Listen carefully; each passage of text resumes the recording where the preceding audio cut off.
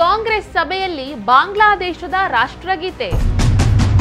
ಇದು ಗೊತ್ತಿದ್ದು ಆದ ತಪ್ಪ ಅಥವಾ ಗೊತ್ತಿಲ್ಲದೆ ಮಾಡಿದ ತಪ್ಪ? ಅಕ್ರಮ ನುಸುಳುಕೋರರನ್ನ ಓಲೈಸೋದಕ್ಕೆ ಕಾಂಗ್ರೆಸ್ ಮಾಡಿದಂತಹ ತಂತ್ರ ಇದ? ರಾಹುಲ್ ಗಾಂಧಿ, ಮಲ್ಲಿಕಾರ್ಜುನ ಖರ್ಗೆ ಈಗ ಯಾಕೆ ಸುಮ್ಮನಿದ್ದಾರೆ? ತಮ್ಮ ವೋಟ್ ಬ್ಯಾಂಕ್ಗಾಗಿ ಅಕ್ರಮ ನುಸುಳುಕೋರರನ್ನೇ ಓಲೈಸೋದಕ್ಕೆ ಹೊರಟಿದ್ದಾರಲ್ವಾ? ಏನ್ ಹೇಳಬೇಕು ಇಂಥವರಿಗೆ? ನಮಸ್ಕಾರ. SIR ಗೊತ್ತಲ್ವಾ ನಿಮಗೆ? Special intensive revision. ಈಗಾಗಲೇ ತೀರಿಕೊಂಡಿರುವವರನ್ನ, ನುಸುಳುಕೋರರನ್ನ, ಒಬ್ಬರ ಹೆಸರಿನಲ್ಲಿ ಮೂರು ವೋಟರ್ ಐಡಿಗಳನ್ನೆಲ್ಲ ಮಾಡಿಕೊಂಡಿರುವವರನ್ನ, ಇಂಥವರ ಹೆಸರನ್ನ ಮತದಾರರ ಪಟ್ಟಿಯಿಂದ ತೆಗೆದು ಹಾಕೋದಕ್ಕಾಗಿಯೇ ಈ SIR ಅನ್ನ ತಂದಿದ್ದು. ಯಾಕೆ ಸ್ಟ್ರಿಕ್ಟ್ SIR ಬೇಕು?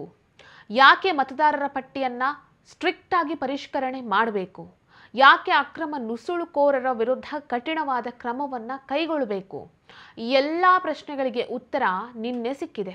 ಅದು ಕೂಡ ಕಾಂಗ್ರೆಸ್ನ ಸಭೆಯಲ್ಲೇ ಸಿಕ್ಕಿದೆ. ಅಸ್ಸಾಂನಲ್ಲಿ ನಡೆದಂತಹ ಕಾಂಗ್ರೆಸ್ನ ಸಭೆಯಲ್ಲಿ ಬಾಂಗ್ಲಾದೇಶದ ರಾಷ್ಟ್ರಗೀತೆಯನ್ನ ಹಾಡಿದ್ದಾರೆ. ಇದು ರವೀಂದ್ರನಾಥ್ ಅವರು ಬರೆದಿದ್ದು, ಹಾಗೆ ಹೀಗೆ ಅಂತ ಏನೇನೋ ಜಸ್ಟಿಫಿಕೇಶನ್ ಅನ್ನ ಕಾಂಗ್ರೆಸ್ನವರು ಈಗ ಕೊಡ್ತಾ ಇದ್ದಾರೆ. ಈ ರೀತಿ ಏನೇನೇ ಜಸ್ಟಿಫಿಕೇಶನ್ ಅನ್ನ ಕೊಟ್ಟರೂ ಕೂಡ ಬಾಂಗ್ಲಾದೇಶದ ರಾಷ್ಟ್ರಗೀತೆಯನ್ನ ಯಾಕಾಗಿ ಹಾಡಬೇಕಾಗಿತ್ತು? ಹಾಗಾದ್ರೆ ಇವರು ಗೊತ್ತಿಲ್ಲದೆ ಈ ರಾಷ್ಟ್ರಗೀತೆಯನ್ನ ಹಾಡಿದ್ದ? No chance. ಆ ರೀತಿ ಹಾಡಿರೋದಕ್ಕೆ ಸಾಧ್ಯನೇ ಇಲ್ಲ. ಯಾಕಂದ್ರೆ ಒಂದು ರಾಷ್ಟ್ರೀಯ ಪಕ್ಷದಲ್ಲಿರುವಂತಹ ಇವರಿಗೆ ನಮ್ಮ ದೇಶದ ರಾಷ್ಟ್ರಗೀತೆ ಯಾವುದು, ಬೇರೆ ದೇಶದ ರಾಷ್ಟ್ರಗೀತೆ ಯಾವುದು ಅನ್ನುವಂಥ ಕಿಂಚಿತ್ತು ಜ್ಞಾನ ಕೂಡ ಇಲ್ವಾ ಹಾಗಾದ್ರೆ? ಸೊ ಇದನ್ನ ನೋಡಿದ್ರೆ ಏನ್ ಅರ್ಥ ಆಗುತ್ತೆ ಅಂದ್ರೆ ಇವರು ಉದ್ದೇಶಪೂರ್ವಕವಾಗಿಯೇ ಬಾಂಗ್ಲಾದೇಶದ ರಾಷ್ಟ್ರಗೀತೆಯನ್ನ ಹಾಡಿದ್ದು ಅನ್ನೋದು.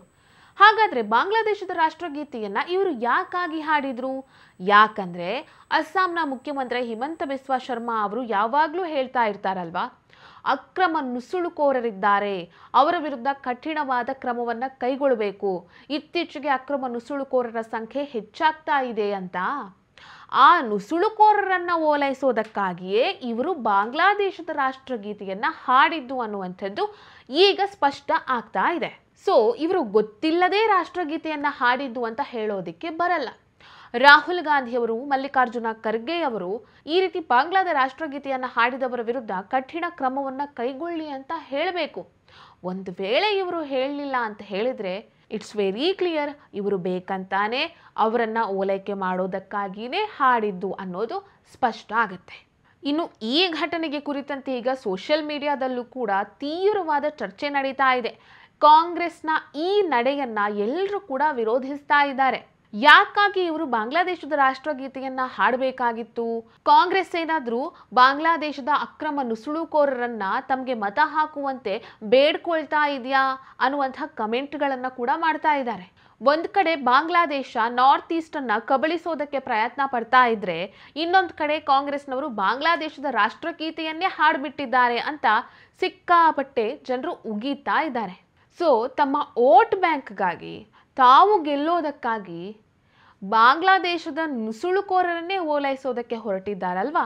ಏನು ಹೇಳಬೇಕು ಇಂಥವರಿಗೆ ಅನ್ನೋದೇ ಗೊತ್ತಾಗ್ತಾ ಇಲ್ಲ. ಈ ವಿಡಿಯೋ ನಿಮಗೆ ಇಷ್ಟ ಆಗಿದ್ದಲ್ಲಿ ಲೈಕ್ ಮಾಡಿ, ಶೇರ್ ಮಾಡಿ, ಕಮೆಂಟ್ ಮಾಡಿ. ನೀವಿನ್ನೂ ನಮ್ಮ ಹೊಸದಿಗಂತ ಡಿಜಿಟಲ್ ಚಾನೆಲನ್ನು ಸಬ್ಸ್ಕ್ರೈಬ್ ಮಾಡಿಲ್ಲ ಅಂದರೆ ದಯವಿಟ್ಟು ಸಬ್ಸ್ಕ್ರೈಬ್ ಮಾಡಿ. ಹೆಚ್ಚಿನ ಮಾಹಿತಿಗಾಗಿ ಪಕ್ಕದಲ್ಲಿರುವಂಥ ಬೆಲ್ ಐಕನನ್ನು ಪ್ರೆಸ್ ಮಾಡಿ.